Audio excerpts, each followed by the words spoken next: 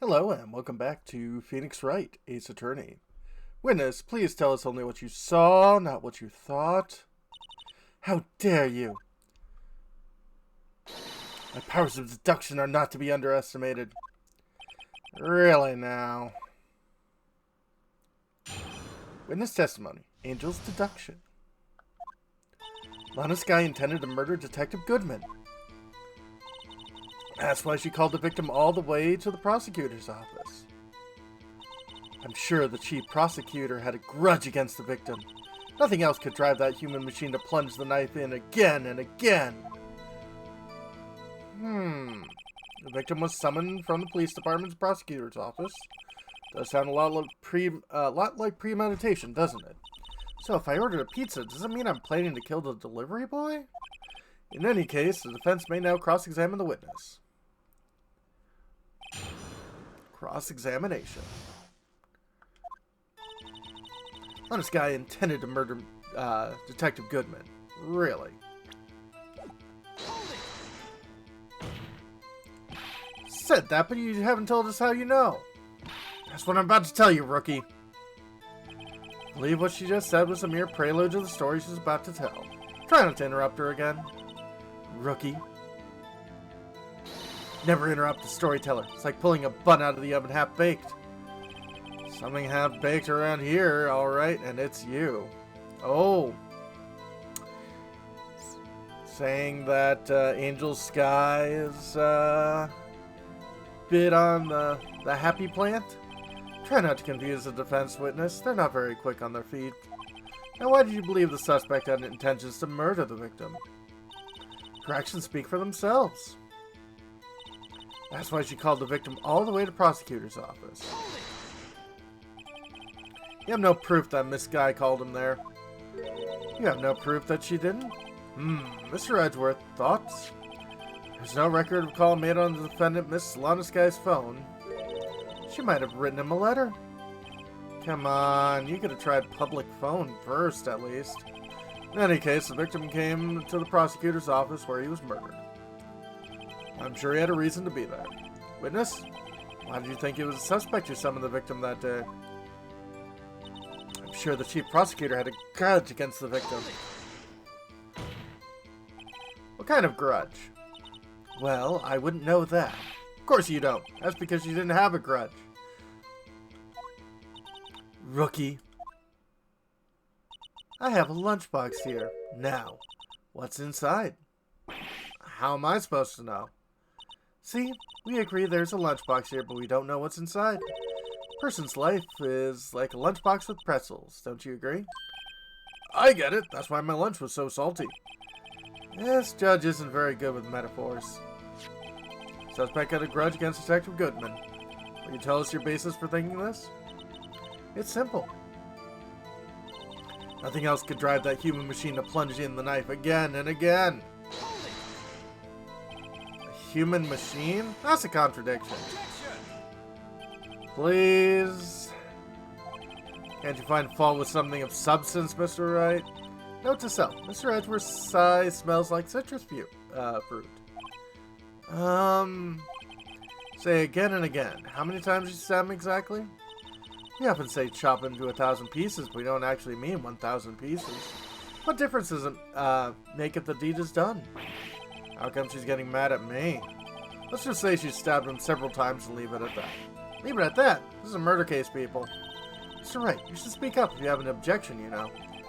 This star turned out to be as short-tempered as she looked when we met her. Challenging her abilities as a detective really set her off. Short wick burns out the fastest. Scientific fact. I wonder, wouldn't it depend on the size of the candle? I mean, add more wax and a really short wick will burn longer. Obviously, more scientific testing is required. Well, we might have an issue here.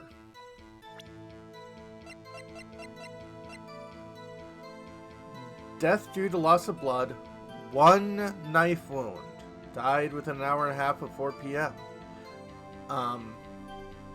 If there's only 1 wound, you can't stab someone multiple times. Objection! You say she stabbed him again and again. But you couldn't have witnessed that. Are you testing me? Then I'll test you. With my moss surprise. I'm afraid the moss is growing under our feet as we wait, Miss Star. What do you mean? I shouldn't have to explain this, but take a look. Autopsy report says death was due to loss of blood from one stab wound. Ah, huh! You're right. Good show, Mr. Edgeworth. What a hunk. He's my hero, really. What about my objection? No one noticed that? Well, witness. You got the crime scene set, right? Oh, thanks. I always believed that no one should ever mistake ketchup for blood. But now I realize such mistakes are possible. So, you're saying you mistook something for blood? When she lifted her knife, I thought I saw blood at her breast. Splattered blood from the victim. That's why I thought she must have stabbed him at least twice. Tell us what you thought you saw was blood. Testify! The red muffler looked like blood to me. That's how ghastly the whole scene was. Huh.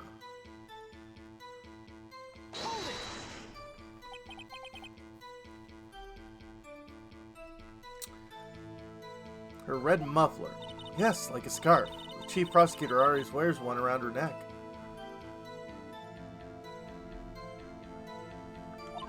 So she can be easily hanged at a moment's notice, I suppose. She's right. This guy was wearing a red scarf, wasn't she? But wait. Isn't it odd you mistook that for splattered blood? Well, people often mistake my beard for a bib. A judge with a bib? That's why this place feels so much like kindergarten sometimes.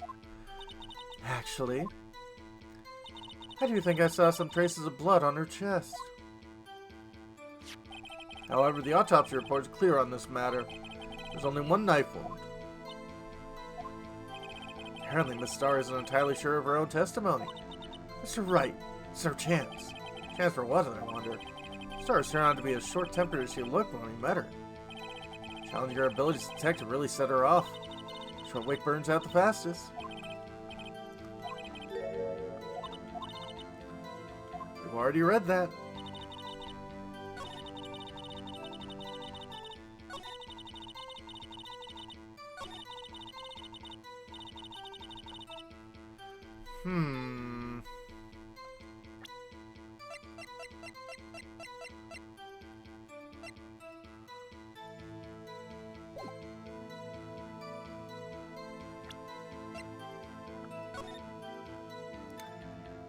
What red muffler?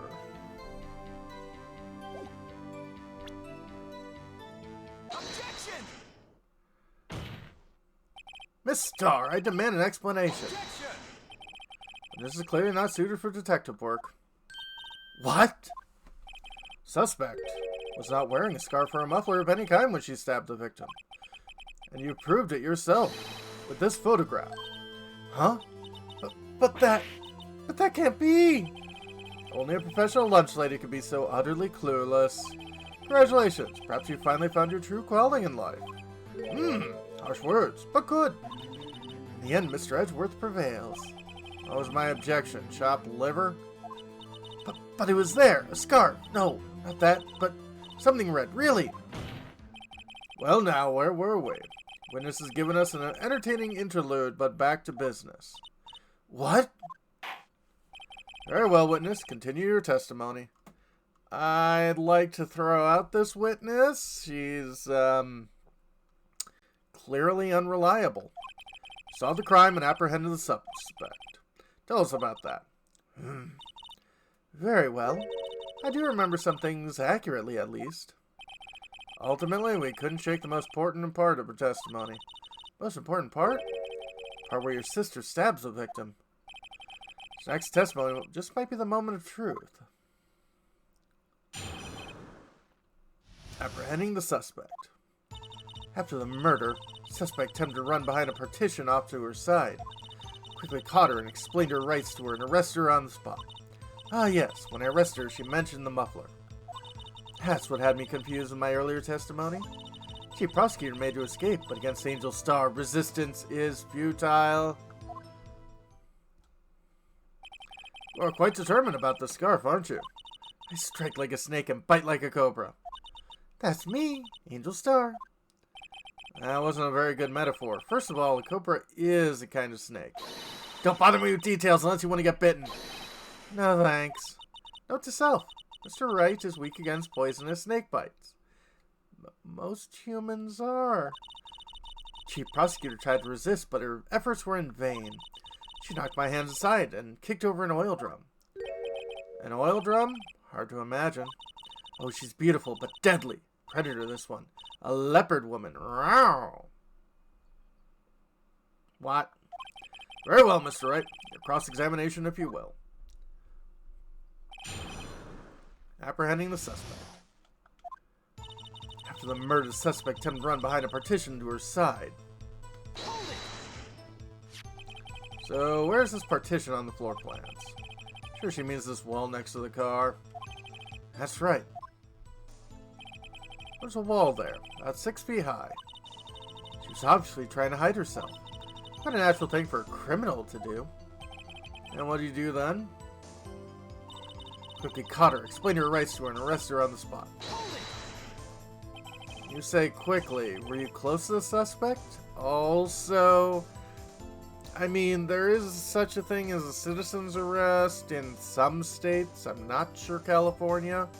But generally, you can't arrest someone if you don't have a badge. As I just said, I was only 30 feet away from her the whole time. Maybe I should press her for more details. Yeah. I'd like to see this on the floor plans, just to be safe. Lunchland car was... She was a visitor, thus she was parked in B block. She witnessed the murder from here? I'd make it about 30 feet from the car, yes. Is that correct, Miss Starr? Yes, that's right. But there was a chain link fence in front of you. I went over it, of course. Amazing! Comic Queen, lunch lady athlete, indeed. It's taken her a little time to climb over the fence. So how is she going to have gotten to my sister that fast? Yeah, the fence is about 9 feet high, too. How did this guy not get away? Yes. When I arrested her, she mentioned the muffler. She mentioned the muffler? What exactly did she say? Remember exactly. I would have told you in my testimony. Cheeky. Anyway, all I heard her say was the word muffler. Just that one word? So, what you heard wasn't the suspect talking to you, but someone else. Yes, Chief Prosecutor was talking to you on her phone. Her phone. She can't mean...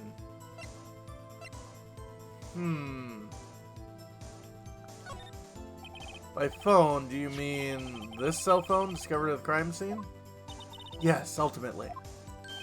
Ultimately. My memory. It's like a salmon heading upstream, you see. No, the court doesn't see, Miss Starr. Chief Prosecutor first attempted to use the phone hanging on the wall. On the wall? That's right. Near the car. There was an emergency phone on the wall. Apparently it was out of order, and so she used her cell phone. Indeed, the emergency phone was out of order that day. Good witnessing, witness. Good witnessing? Whatever happened to good testifying? Should, of course, add this to your testimony. Things I do to please this rookie defense attorney. On a cell phone, updated the court record. Word muffler was overheard during call made to Emma at 5:18. Saw it all. How she tried the phone on the wall, but used her cell instead. Do you think you could restate your testimony for the court? I was going to ask the same thing. Only say this one time, so listen close, rookies.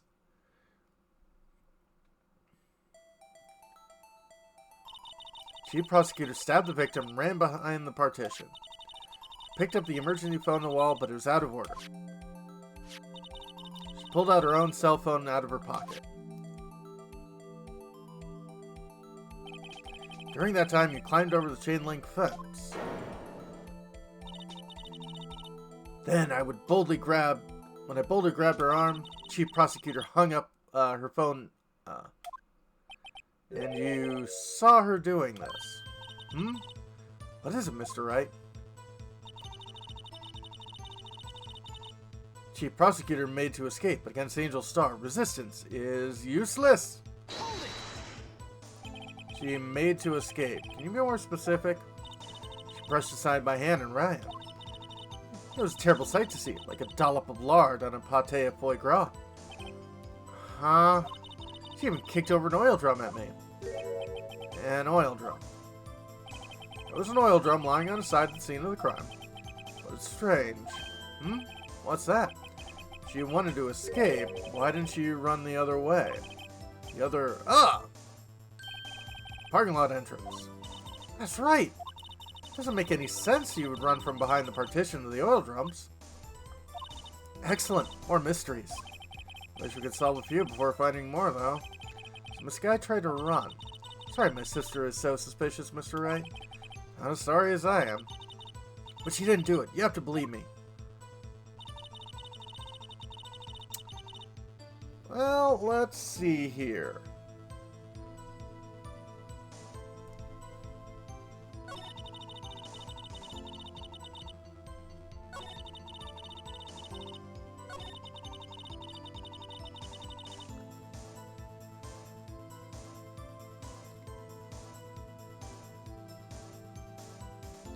Yeah, that doesn't make any sense.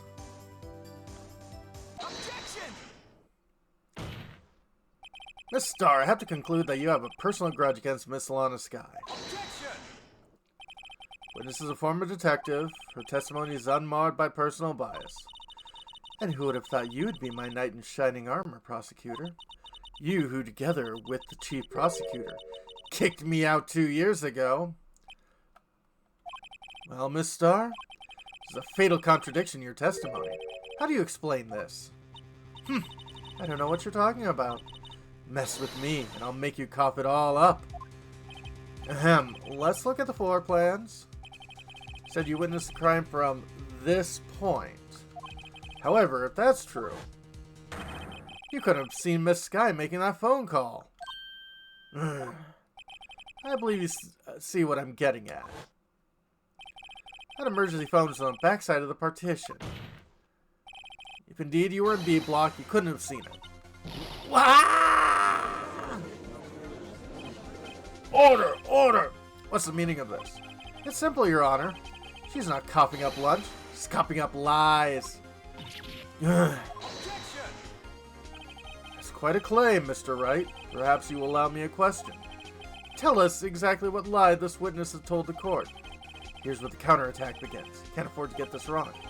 Witness lied about...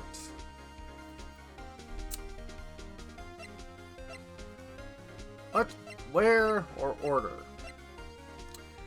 Well, we're talking about this. We're talking about location. Lied about where she saw it.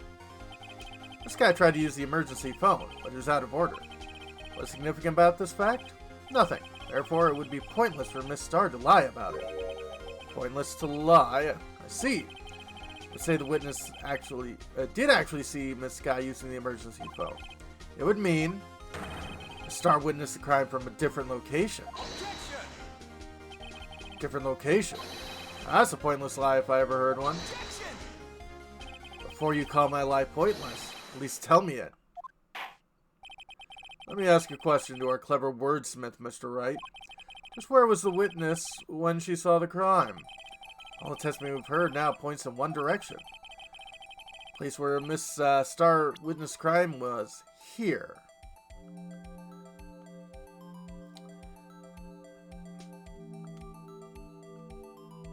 Probably on this side. She was here, she could have seen the emergency phone. That's true. That solves the mystery. I would allow her to see the emergency phone, yes. But if she was there, she wouldn't have been able to arrest her before she dialed her cell phone. Oh, you doubt my speed? I can run 150 feet in 9 seconds, you know. Is that really that fast? Not as fast as your witty rejoinders. Yes, Your Honor.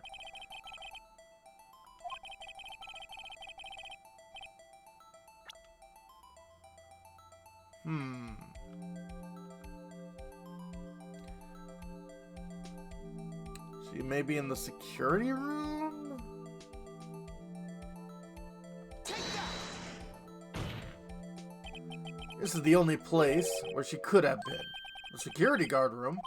Indeed, the security room is the underground parking lot is well positioned. It's built on the second floor so you can see the entire lot.